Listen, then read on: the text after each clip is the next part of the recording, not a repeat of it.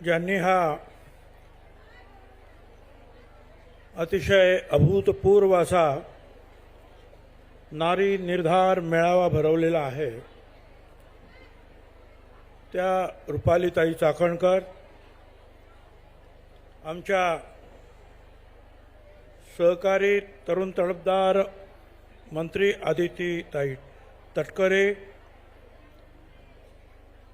आदरणीय राजलक्ष्मीताई भोसले, सुरेखाताई ठाकरे, आदरणीय आभा पांडे, सर्व माझ्या भगिनी वर्ग, राष्ट्रवादी काँग्रेस पक्षाचे अध्यक्ष माननीय नामदार अजितदादा पवार,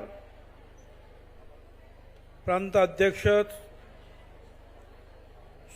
सुनील तटकरेजी, नरहरी झिरवळ, सहकारी आमचे धर्मराव बाबा अत्राम, अनिल पाटील,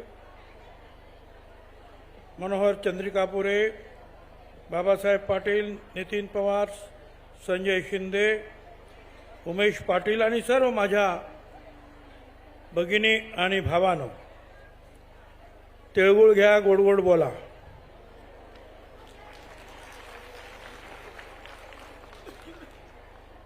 म्हणजे आजही बोला आणि एकमेकीशी नेहमी गोड गोड बोला. आणि आपण जिथे राहत असाल तिथल्या लोकांशी, तिथल्या कार्यकर्त्यांशी, तिथल्या महिला वर्गाशी, सामाजिक कार्यकर्त्यांशी, राजकीय कार्यकर्त्यांशी गोड गोड बोला आणि आपला राष्ट्रवादी काँग्रेस पक्षाचा झेंडा सगळ्यात जास्त कसा फडकेल याची काळजी घ्या.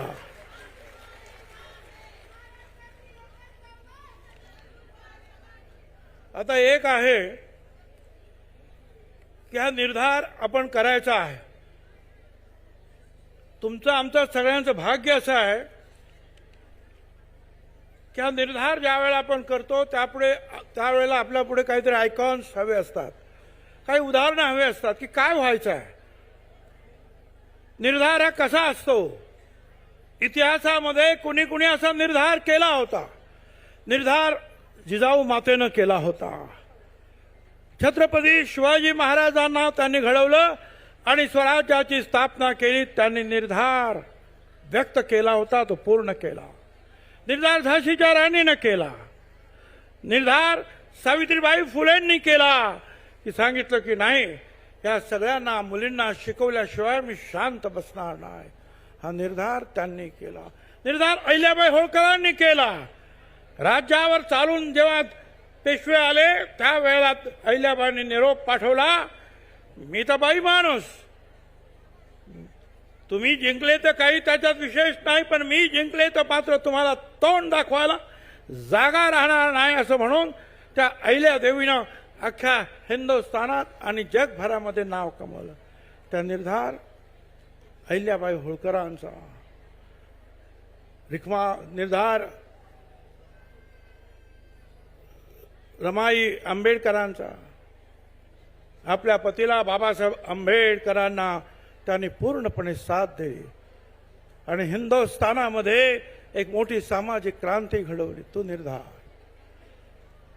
निर्धार रखमाबाई राऊत या देशातील पहिल्या डॉक्टर 1955 साली गेल्या, पण इंग्रज काळामध्ये सुद्धा प्रॅक्टिस करणारा डॉक्टर रखमाबाई राव असा निर्धार.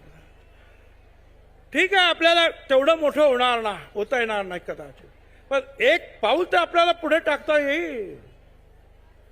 पण ते जर पाऊल टाकायचं असेल पुढे तर सगळ्यांना बरोबर घेऊन तुम्हाला ते पाऊल टाकता येईल. सगळ्यांना मागे सोडून ते पाऊल नाही टाकता येणार.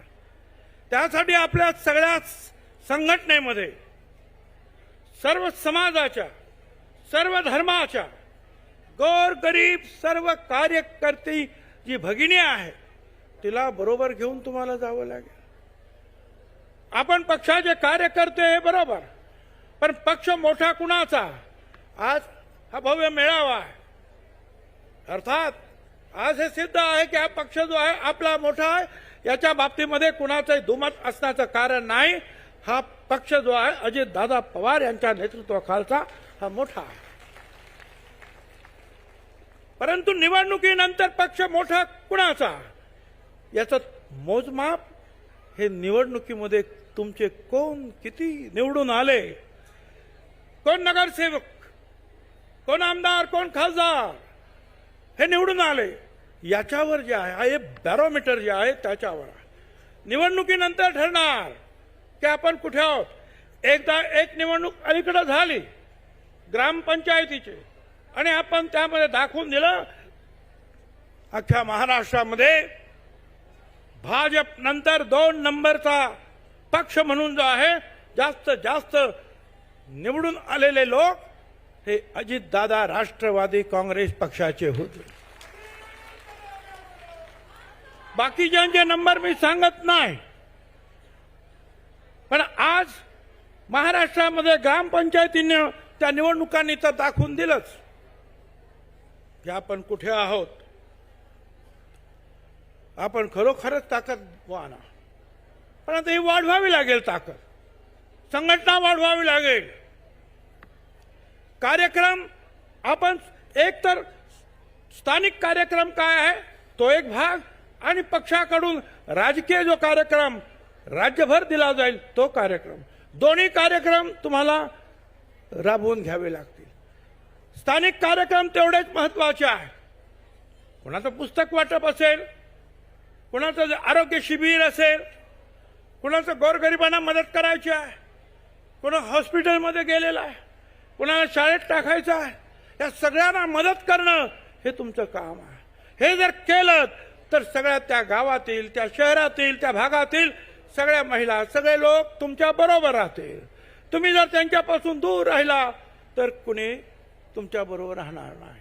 तुम्ही फक्त राष्ट्रवादीच्या कार्यकर्त्या म्हणूनच राहाल, पण तुम्ही त्या विभागातल्या कार्यकर्त्या म्हणून तुमचं नाव झालं पाहिजे की ही आमची भगिनी जी आहे ही एक कार्यकर्ती आहे, ही सामाजिक कार्यकर्ती आहे, ही राजकीय कार्यकर्ती आहे.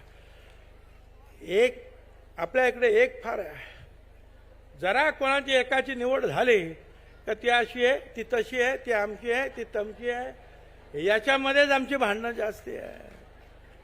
जास्तीत जास्त चर्चा याची, म्हणजे दुसरे लोक चर्चा करणार नाही, पण आपण मात्र आपल्या लोकांच्या, आपल्या भगिनींच्या विरुद्ध चर्चा करणार.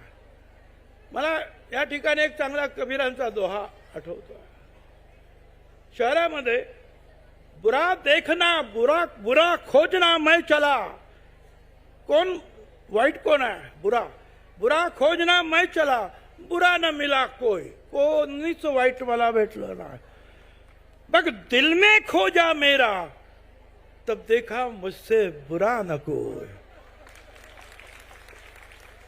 स्वतः आपण हे पाहायचं की आपल्याकडून काही वाईट आहे का? दुसऱ्यांची वाईट शोधण्याचं काही कारण नाही.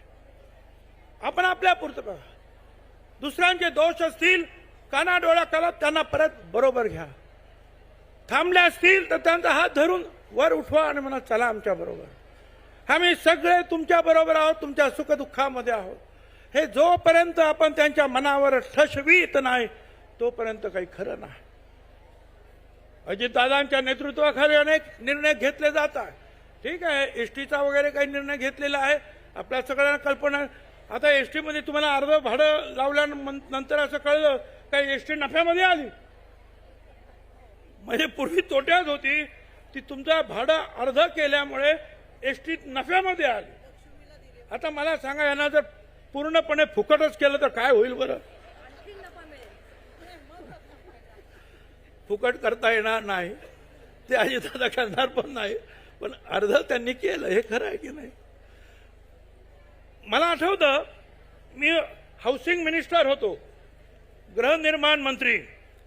त्यावेळेला मुंबई आणि इतरत्रच्या झोपड्या होत्या, त्यांना पासपोर्ट द्यायचा असेल, म्हाडाची घरं द्यायची असेल तर फक्त पुरुषांच्या नावाने नाही, महिला आणि पुरुष दोघांच्याही नावाने जे आहेत, आम्ही झोपडीधारकांना जे आहेत कार्ड दिली.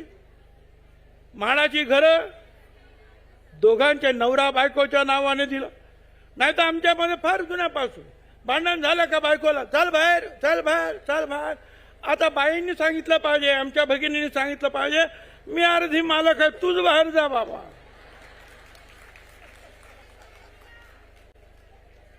यापुढे सुद्धा या सगळे अधिकारामध्ये तुमचा वाटा असला पाहिजे. तुम्हाला आता आपल्याला सगळ्यांना कल्पना आहे, जिल्हा परिषद पासून तर महानगरपालिकेपर्यंत 50% आरक्षण मिळालेलं आहे.